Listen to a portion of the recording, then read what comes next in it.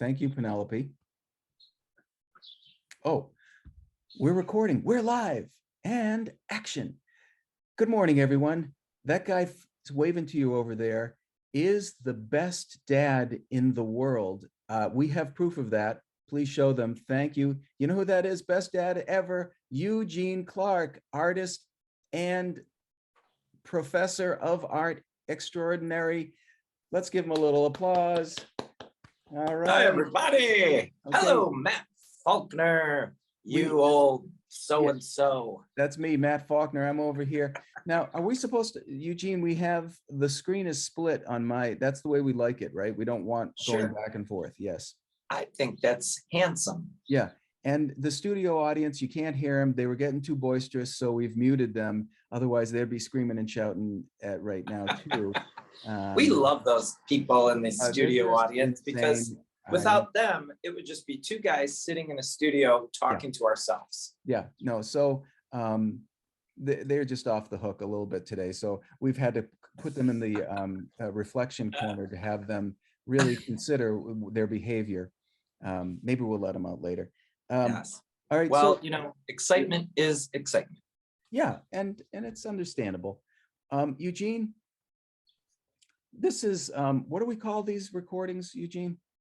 Well, Matt, this is our Save World Make Art video podcast. Now, when we talk about Save World, whose world are we talking about?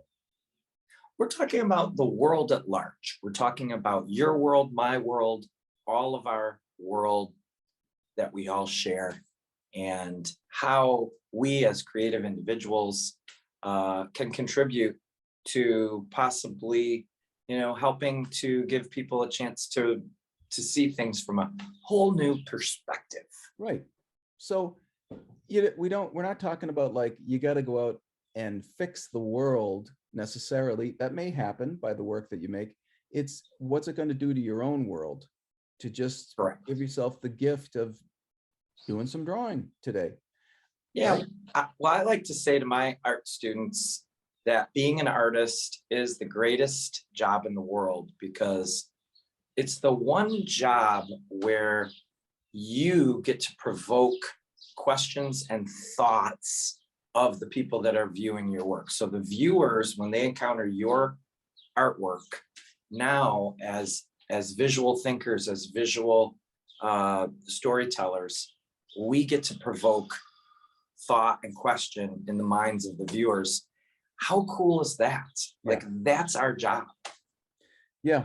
And, you know, we were talking about this earlier. So just to sort of dedicate the whatever we're doing, I think we both agree right now, to be creative is actually a revolutionary thing.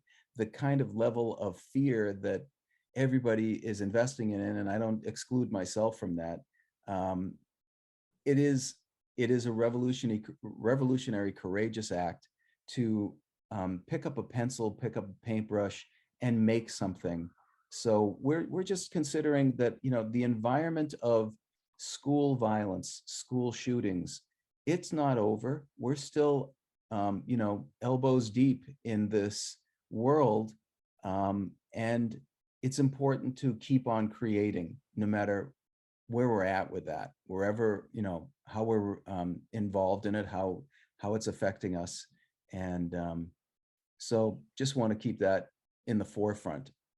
Yes, that's well said, Mr. Faulkner. And I think, you know, anyone that hears about or experiences tragedy will come to the conclusion when that occurs, because of the nature of just the struggle that as humans we're trying to process what just occurred, and we're feeling, you know, these feelings towards anyone who may have been harmed in that tragedy.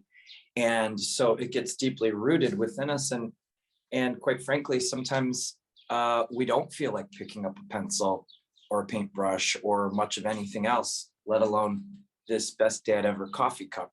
So when we can move past that whole part of the process and actually come to the conclusion that, hey, you know what, we can still be creative, we can still move forward, we can still carry on and take whatever it is that we're supposed to take from that incident and bring forth, a part of us as we try and not only process but heal, and hopefully generate some positive energy through the planet and the universe that will help to make some changes in as a human race, how we decide to move forward. So I think that's a part of what creativity can and should do. I tell my students, go out and make art, because the world is a better place with more art in it. Mhm. Would you agree with that? Yeah, I mean, it's there's that kind of a silly thing. The earth without art is just EA. I really Uh, think, the idea that artwork is just not really taught anymore at schools is part and parcel of the kind of troubled thinking that creativity is kind of like the icing on the cake, and that we need all to just get into our cubicle and start crunching numbers. That's when we really have value. And so that's just crazy thinking. The art, music, movement, expression, all of those things are absolutely essential, as important as people who learn how to do physics and can figure out how to build a bridge. Without the art, what are we doing here? And that reminds me of that also. We're going, I got to stop here because we got some stuff we want to show people. But there's that quote from Winston Churchill when he insisted on having arts as part of the budget during World War II in the national budget. And I think he raised it, the arts budget. And one of the parliament members said, "What are you doing? Why are you raising money for the arts during this national crisis of the war?" And he said, "That's why we're fighting a war." I We, love it. what are we Yes. doing this for if we're not going to have arts? I mean, we've got to have theater, we've got to have music, we got to, so. Wow. Well, it sounds to me like we know what our next Save World Make Art is going to be all about. What's that? What we're talking about right now. Yeah, Creativity. definitely. Okay, write that one down. All right. So stay You tuned for our ready? next episode, because we'll be continuing this conversation. Yeah. Okay, so what are we talking about today, Eugene? Well, Matt, we wanted to continue from our last podcast, our quest and desire to learn more about this place in the United States called Brandywine, which Yeah. is a little city, a little town, village in Pennsylvania that houses a wonderful museum of art. And the art museum is sort of dedicated to the legacy of a core group of artists that really affected an even larger group of art, us included. Yeah. So we appreciate the historical importance of that time period, and we want to travel there and make a pilgrimage to not only take all this in, but we want to eventually create some sort of a trip that others can participate in and Yeah, so they join can take us it in. at the site. So that's what this is all about. This is generating interest and excitement and just the electricity that comes with learning about this place. Yeah. All righty. So what we have here is this is the Brandywine River Museum. Can you see that, Eugene? I see it. It's beautiful. Yeah, I think that's the Brandywine River right down in front. And so the Brandywine River holds a lot of illustration work from the students of Howard Pyle. Howard Pyle was a teacher at the Drexel University or Drexel College of Arts and Sciences in the 1890s. And they decided to send to, and he was also kind of like he was the illustrator, which would be kind of like the Spielberg in America in the 1890s. Everybody knew his images. They were on the covers of magazines, and that was the internet back then. That was the movies of back then. So he would take students in the summer down to Chad's Ford, where Brandywine River Museum is, and he would take only 10 students because he was still working on his artwork, and he would teach them. And so, and this is him here. Can you see that? It's kind of a cruddy little Oh, yeah. image, but he looking pretty fashionable in his smock there. Oh, yeah. Nice tie. I don't think I'll ever want to wear a tie or a smock, although I do wear an apron now when I paint. But yeah, that's Howard Pyle right there. This is where they painted. This is called the Turner's Mill. And he would have male and female college students. They would stay at hotels and cottages around there, and they would ride their bikes every morning and paint for 8-9 hours. They would go on picnics. They would, they had just this experience, and he would paint there with them, and they would just talk about and do painting all day long. And they would work on assignments too from magazines would hire them. So they'd be working on the school assignments, and they'd be working on painting for assignments for schools. And that's him painting in, I'm gonna assume it's in, maybe it's in the Turner's Mill. And I think I have one more here. Oh no. So these are different images of the mill. I'll just scroll by. Now, this is, sorry about this scrolling. The mill fell apart. Wow. Yeah, by 1960, nobody was using it. But the town of Chad's Ford bought it. And now it is like a little center where you can give a lecture, you can, so it looks like a delightful little place now. And I kind of have this dream of giving a little talk about drawing inside of the same place where everybody used to study with Howard Pyle. Wow. And to have something like that happen for you, Matt, that would feel like you're sort of the way I feel when I go to Amsterdam, and I feel like I'm walking in the footsteps of Rembrandt or Van Gogh. When you go to a place like that, and the spirit of all of these amazing creative individuals were there at a period, you're going to absorb all that. You're going to just like bask in the glory of that creativity. Yeah, I mean, I can't, I haven't been there in a while, but I remember I thought I had found the building before. This is that building.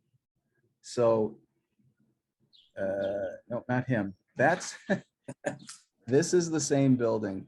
And it's exciting to me that they were in there painting in this same building. I want to go there. Yeah, I think that's really cool. And the fact that they restored it is fantastic. Yeah. Is there any, I know you said you've been there. Is there any signage that talks about how the building was used as an art studio? Well, I have not been to this site. Okay. There's a bunch of these old mills and barns in Chad's Ford. I thought when I remember seeing this image here, that I'd found the same building when I visited there a long time ago. And I took pictures of it with my son standing where I thought, these students are standing. And, it was like, yay, we found it. Well, it wasn't that building. So to answer your question, I don't know what they've got going on here. I'm assuming that, there's got to be some kind of historical thing talking about the preservation, and the history of the building. Don't you think? Well, just the fact that they have the Brandywine River Museum right there, I'm sure would lead to, knowledge and, like you said, preservation of what happened in this building. Yeah. So I'm going to jump back a few years to 1777. You ready? Oh, yeah. Do you know who this guy is? Oh, I have no idea. this is, isn't he nicely coiffed, his hair Yes. there, and Oh, just a snazzy jacket on there. This is the Marquis de Lafayette. oh, Yeah, look at, he's even wow. got kid skin gloves on there. You gotta have some money to have those back then. Anyway, he's the guy who came over from France and became one of Washington's aides, and then a general. I mean, he was um, had a profound effect on our development of our country. Now, why do I bring this up? Well, because to me, it was also a big deal. The Battle of Brandywine in 1777. See this little pin right there? Can you see that? Yes. This is where the museum is. That's where the battle happened. Whoa. So there are buildings that were there. The building that Washington used as his headquarters, I believe, is still there. I believe up here, the Chadsford Historical Society, I think that's where the mill is that we've been looking at, where Pyle taught. This is the museum down here on the river. Wow. Oh my So, I God. mean, it's all going on right in this vicinity. It's a And stone's throw away. yeah, yes, exactly. Nicely played, well worded. Um, and so I want to show one more image here. Which one is this? Okay. Now, what you're seeing here is a painting, a large painting that is in, I think that this is a good 8 feet by 8 feet. And it's hanging, it was there when I was at the Brandywine River Museum. What we're seeing here is, this is General George Washington. This is N.C. Wyeth, the illustrator who studied with Pyle. These are American Revolutionary War soldiers. There's a battle going on over here in the smoke.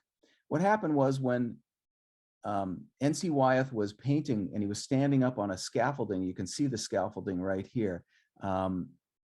He fell off of it.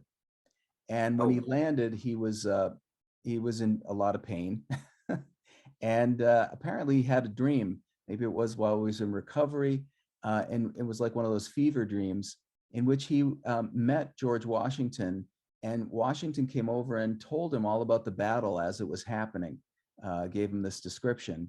And so N.C. Wyeth, the painter, decided to just, what the heck, I'll make an 8 foot by 8 foot painting of this dream, because, that's what they would do back then. They'd just go stretch a canvas 8 foot by 8 foot and go paint stuff. And here you can see N.C. Wyeth's son and his dog. So this is a very personal little reflection, and it's not little. Like I said, it's 8 foot by 8 foot. So I just thought I'd wow. toss that up there. It's beautiful, and how apropos to what we are diving into when it comes to Chadsford and the Brandywine River Museum. Yeah, and I think it's actually, connected to what we were talking to before about the name of what we call these podcasts and what we're doing.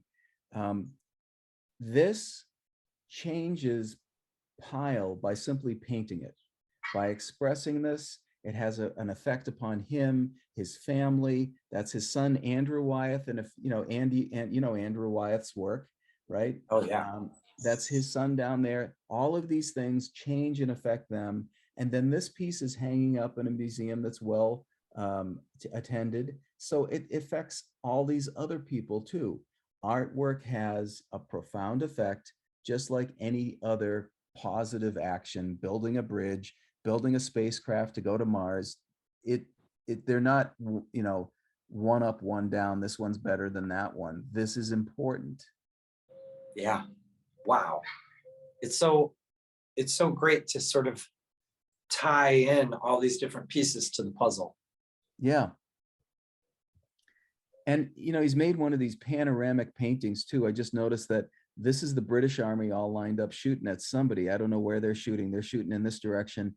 There's a caisson, a carriage pulling a cannon down there, racing along. And there's a couple of dead British soldiers over here. These guys loved this area. They would collect all sorts of clothing to make for their models to wear when they would paint. They there's pictures. I'm pretty sure that I've seen pictures of. I think it was Andrew Wyeth painted a guy in a British uniform from this era that I think was part of his father's collection. Wow. So this is a way of life. Yeah. Nobody said to them, if somebody did say to them, you need to go get into a cubicle and become, an accountant or something, that's one way of living. These guys did this. And that's, to me, what's really important about what we're doing, Eugene, is to keep on reinforcing the idea that this is a way of being in the world. This is a choice, and we have to keep making it regularly. Yes, absolutely. And another thing is, Matt, technology, of course, as you like to say, Pyle was the Spielberg of his time in the late 1800s and what he was doing. So we didn't have film like we do today. We also didn't have the internet. So you had magazines with covers and illustrations that became, like you said, the YouTube and the TikTok. Instagram and the Twitter of that time period, because that was how people gained information. And then these paintings were the same thing. This was a way for people to sort of record and document when you didn't have other avenues like we do today. Yeah, and just looking at this piece, the idea that the guy, so often I'll sit down, I'll be like, well, I got to go paint something. Nah, I think I'll just look at Facebook. The way that he's rendered the clouds, the dark clouds coming over, symbolic of war, the dark palette in the background. He might actually consider this just like a throwaway thing. I imagine that he did. I just got some extra time. I'm going to throw some paint up on this and record my dream. So, if he can do this, then what can I do? Can I just grab my sketchbook, like that sketchbook that I know that you have on your table next to you there? This sketchbook, Matt Faulkner? That one. Yeah. Yes.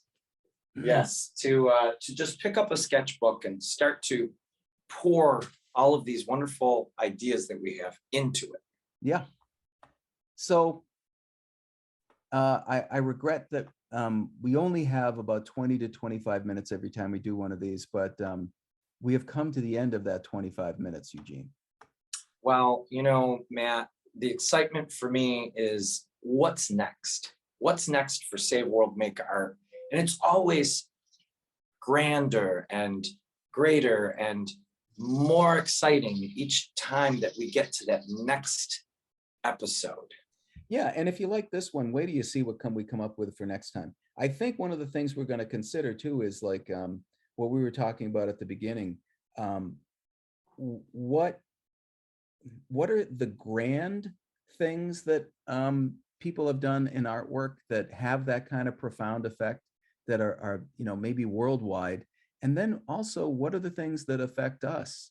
What are the smaller efforts that it's not going to shake the pillars of the world, but it does affect us. It gives us a sense of place in the world and a sense of excitement and safety, because we were given gifts and we're supposed to be here doing exactly what we're doing.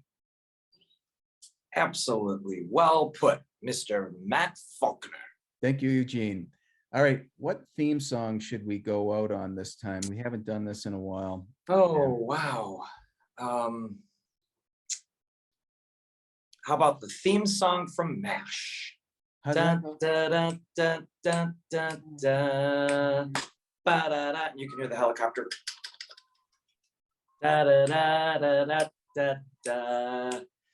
Da, da, da, da, da, da, da, da, da, da, da, da, da. How's that? Da, da. Alan Alda is over there with radar trying to pull someone in on a stretcher. If I tried. Awesome song, Eugene. Thank you for that memory. Hey, you know, it was just off the top of my head. Because that's how you roll.